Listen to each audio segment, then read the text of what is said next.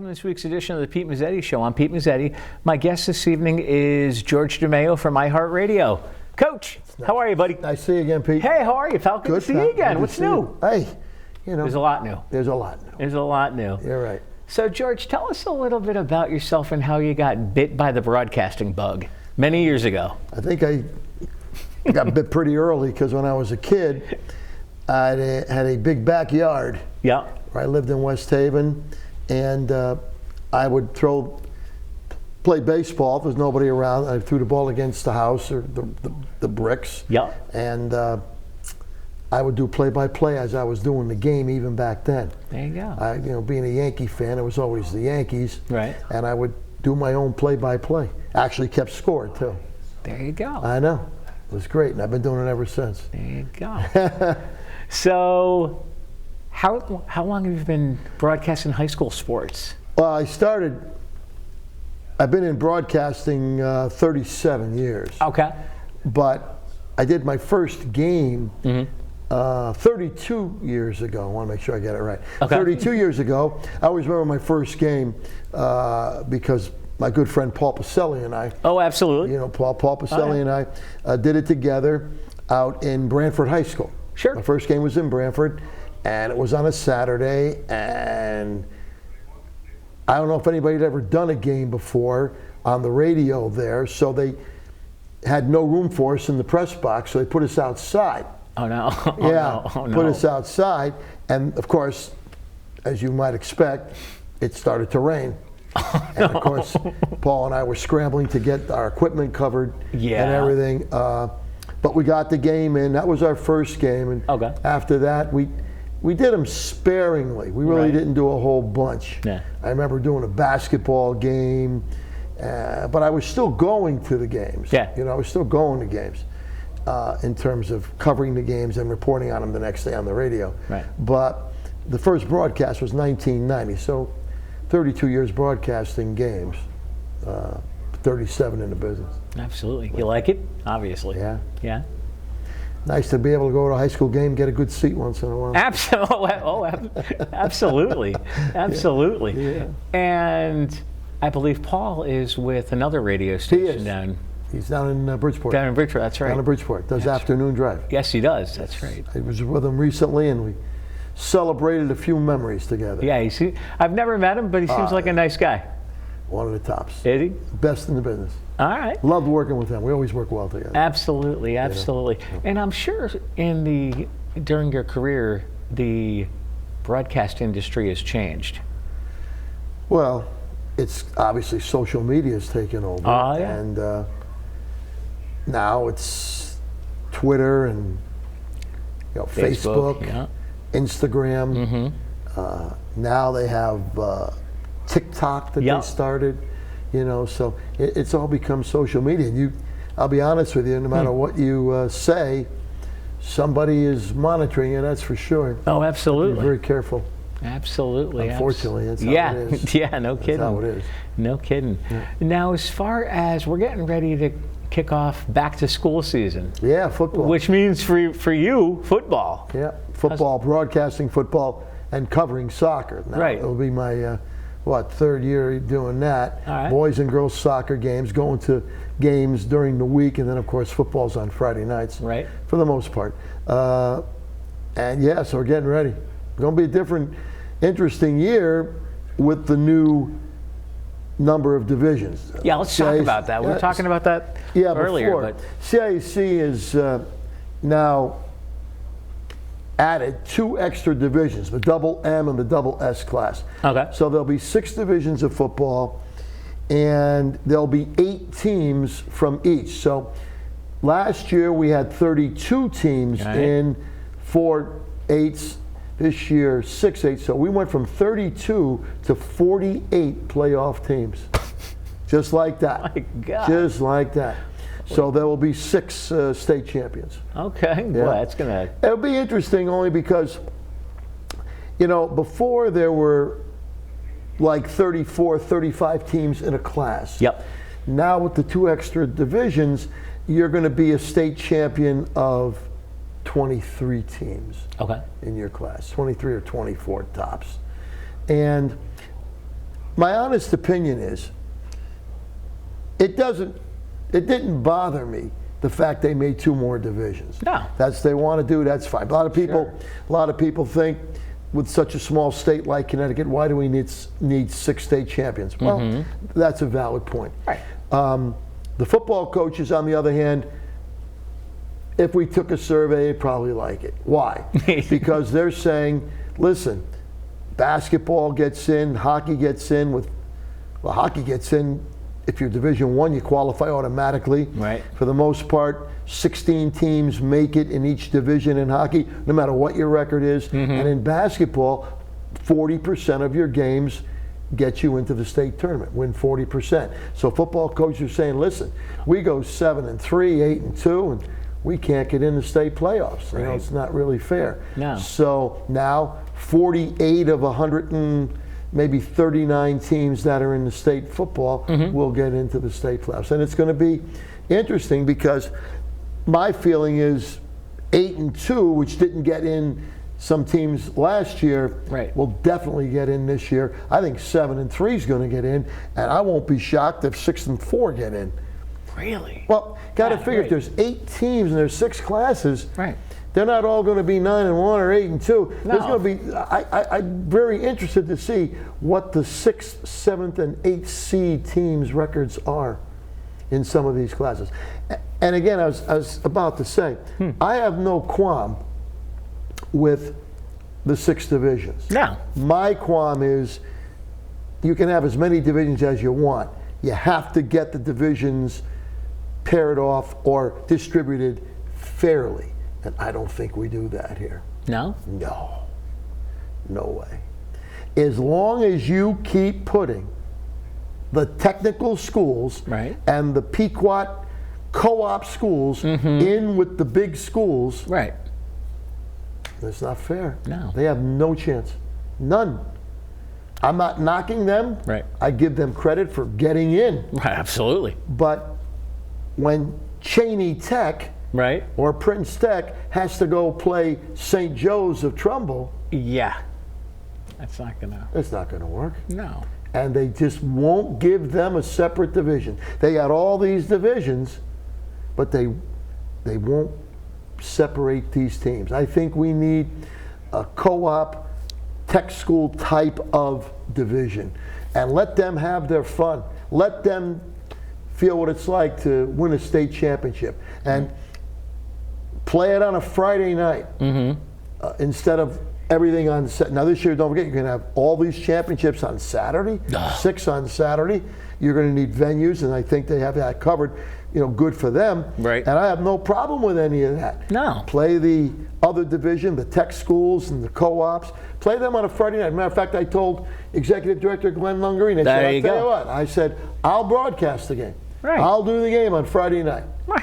And you think these kids are going to care if they're in a separate class or they've got their own? Of course not. And if they think they will care, I think they're crazy. I think as long as they win a state championship, they don't care if they play it at any venue. They're going to be happy. Absolutely. They're going to be happy. Absolutely. So that's my only qualm with the divisions. I have no problem with number of divisions. They just didn't do it, divide them the right way. And that was up to the CIAC. Board of Governors. Well, again, basically done by enrollment. But I think there are teams that have to be moved out of their division and moved up because it's not going to be fair. I mean, the 2 things, and I don't have them in front of me, obviously, but there are 2 things that stand out to me right now. In Class M, as regular Class M, by enrollment, I guess, Notre Dame of West Haven and Hand are in that class. Now, they're both powerhouses. Oh, absolutely. Those 2 teams, just looking over the division, how can they not be picked as preseason favorites to be in the championship game? I looked at the rest of the division, I'm thinking, who's going to beat them? I'm not saying they can't lose. Notre Dame and Hand both play in the SEC. That is a nightmarish schedule for anybody. I understand that. But if they get in, I wouldn't want to play them. No. I think they're the class. I think the other is Ansonia and Bloomfield. Again, they're both in Class S. Okay. Come on. Who's going to touch him? Exactly. And I believe Daniel Hand in Madison has is it a new football coach or is it the same coach? Last year. Yeah, he was there last year. I believe. Yeah, Becker? Becker, yeah. Is it Eric? Yes. Okay. Eric Becker's it. He's back. I know Eric. Oh, I do. Personally, great guy. He is a super guy. Yeah. And I think he's going to be just fine. Yeah, absolutely. In terms of, again, their schedules are tough. Right. But for them to play a regular season schedule, and as I said, Steve Philippone, former coach at Hand, I used to Steve. tell me, he said, listen, if we are fortunate enough to get through our regular season and get to the state tournament, we will already be battle tested by some of the best teams in the state. So we can't play anybody that's going to be tougher than what we play during the regular season. Absolutely. Which is true. Yeah. Steve's actually a personal friend of mine. He's a great guy. I'm a friend of, do you know Peter and I? Yes. Okay. I know Peter. Not well, but I know Peter. Yeah, so Peter, because Peter was the football coach at Morgan for a bunch of years, and I was Peter's volunteer social media director. So I would be running. I would be the one running up and down the field during the games, tweeting the scores, doing this, doing that. So Philippone was on his support he did his staff for he was an assistant for a year. That's right. So Philippone would keep me in check anytime I needed it. Well, Mezzetti, what are you doing? Sorry, coach. They're good people. Oh, they're good people. They're both great people. And they're good people, and they have good programs. Absolutely. That's why Hand has been one of the top programs in the state for many, many years. Absolutely. And I don't see it changing. No. I don't see it changing. And now the only bad thing about football and Fridays, the weather down at Strong Field. It could get a little chilly. It's funny. My staff, my crew and I always talk about it, and they'll say, Coach, if we're going to go to Madison, could we go in September, October, please? Oh, I'll go in November. No. And I'm thinking, you're right. So I try to look for a game earlier in the season. Yeah. And, it's funny because I always tell these teams, and you cover the SEC, and I'll cover the Valley, and I even go to Meriden if it's a big game, or certainly down in Milford. I cover foreign law a lot. Yes, you do. If there's only 10 weeks, so if I get to see your team once, you're good. Consider it lucky because it's not like basketball or hockey where I can see teams many times. Right. Can't do it. Football's tough. No, exactly. What are you going to do? Absolutely. Would you mind sticking around for another segment? Let's do it. All right, we'll be right back. You matter. You matter. You matter. And your words matter too. Your words matter. What you say in the hallways at school or in the student section at a game matters. Words can be hurtful. Words can be offensive. Words can leave scars. Words can also inspire. Support. And uplift. You and your words. Are they both important? As a matter of fact, yes.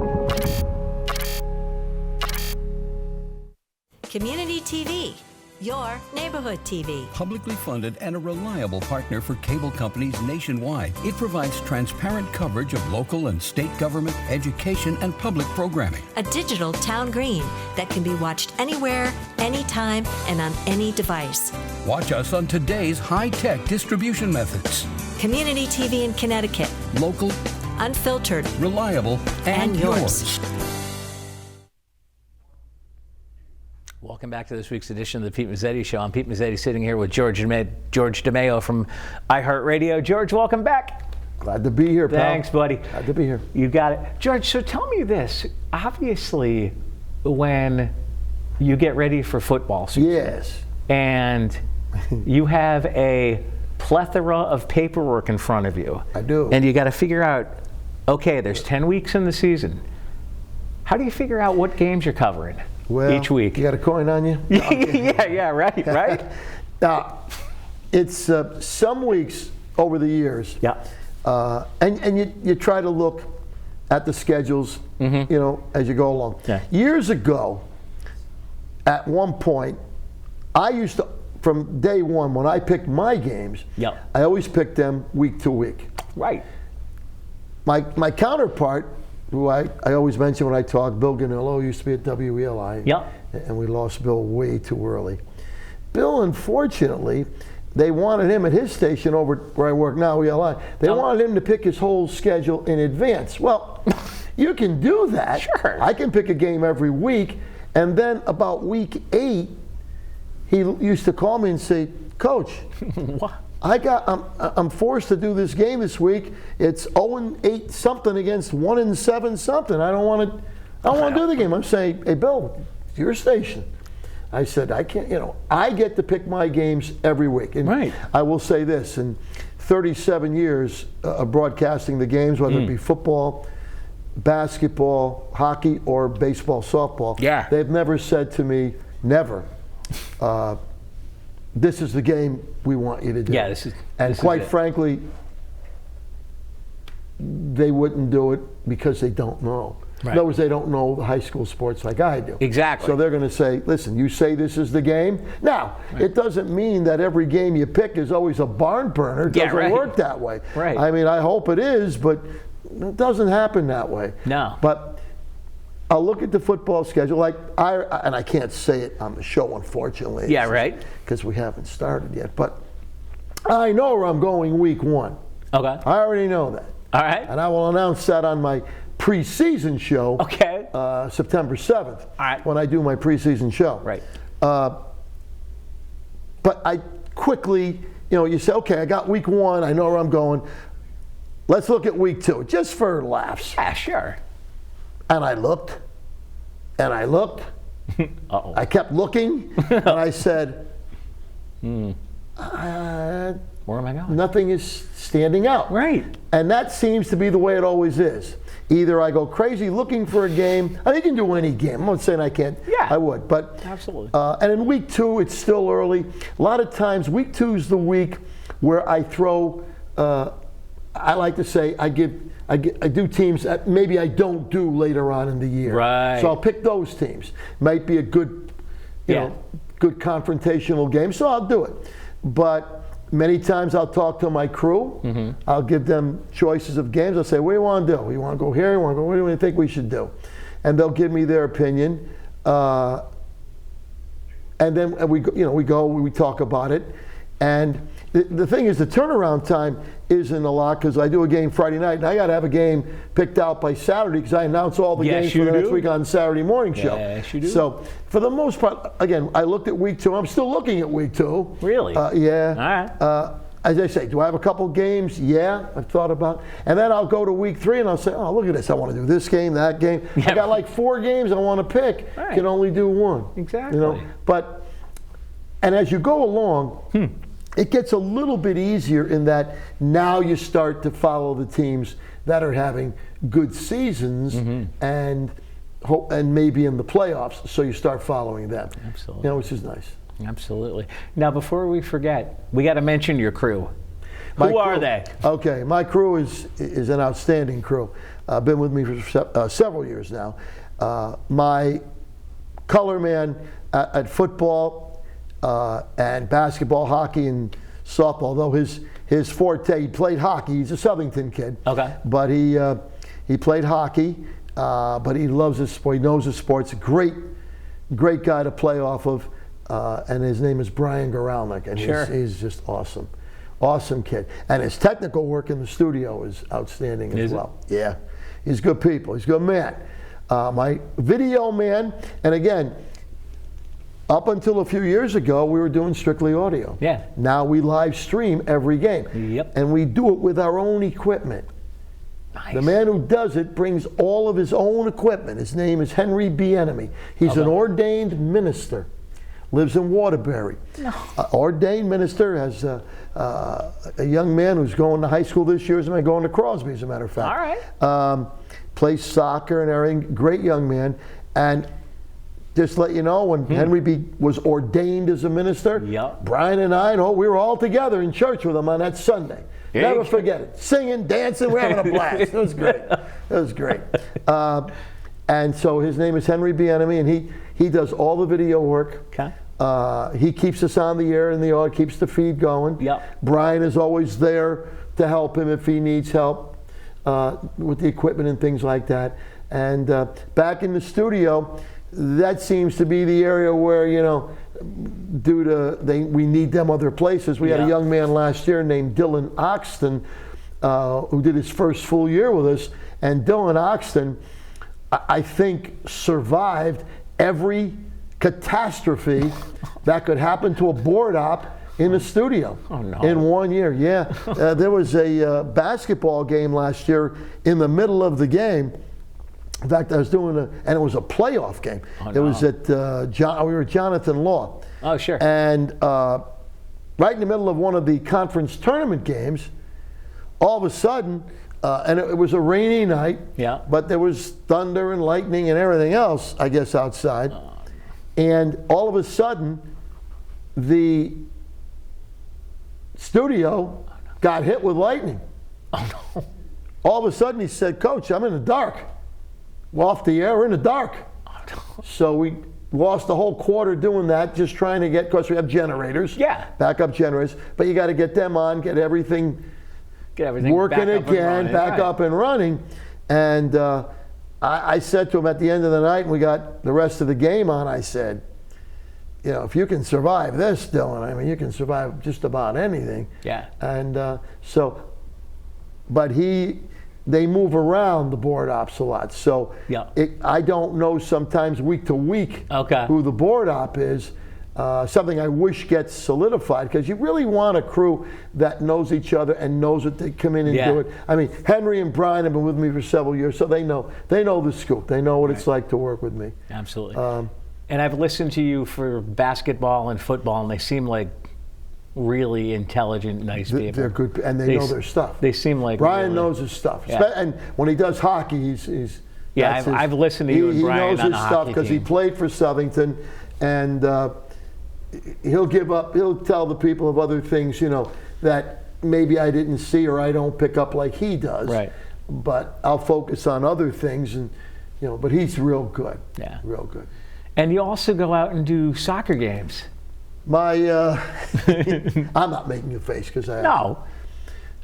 When COVID started and there was no football, right?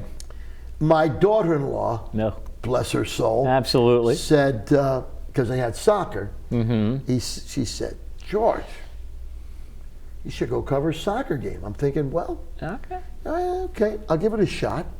Now I did that for a year, gave out awards and plaques and everything. Yeah. Hot dog. I didn't even give out. It's funny. The first year I didn't give out hot dogs and hamburgers. Oh, just the plaque.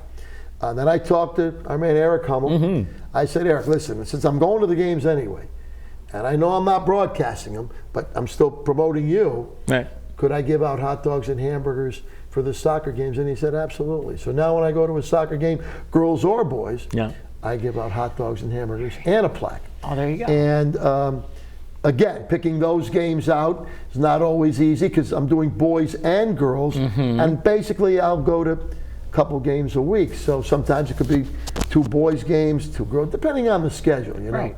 But I go out and see a lot of games, and and I don't mind ties. No. If I were a coach, yeah. but giving out hot dogs and hamburgers, ties I usually don't give out any. Exactly. So I always tell the girls and boys, no ties. No ties. Let's get a winner. No ties. No ties. No awards. Exactly. So. Speaking of awards, we got a little bit more time left. But speaking of awards and speaking of hot dogs and hamburgers, let's talk about the partnership with George DeMaio, the show, and our buddy Eric Hummel. He's my longest running high school sports sponsor. Yeah. When I started doing high school games, myself and our senior account executive, Ross Cooper, who's still there today, and we work together still. He's the guy who puts it all together paperwork-wise for me. Gotcha. In the studio, in the station.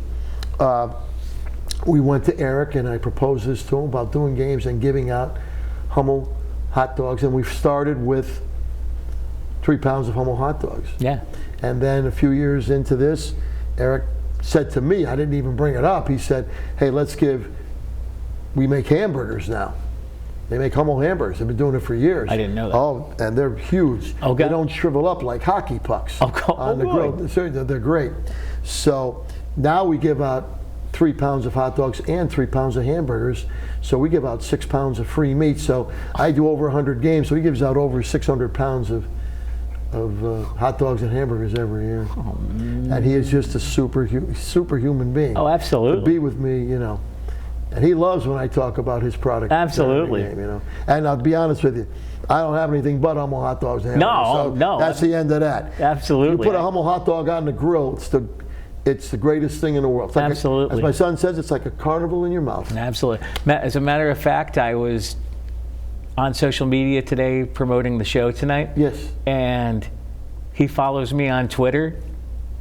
And he does? He commented on my post of who my guest was going to be tonight. Oh, did he really? He was like, make sure you tell George I said to say hello. He was like, you're both great people. You're both assets to the community. A superhuman being. He's like, to stay with me all these years and give out, you know, and even now for the soccer games, the fact I don't broadcast them, that he gives them out.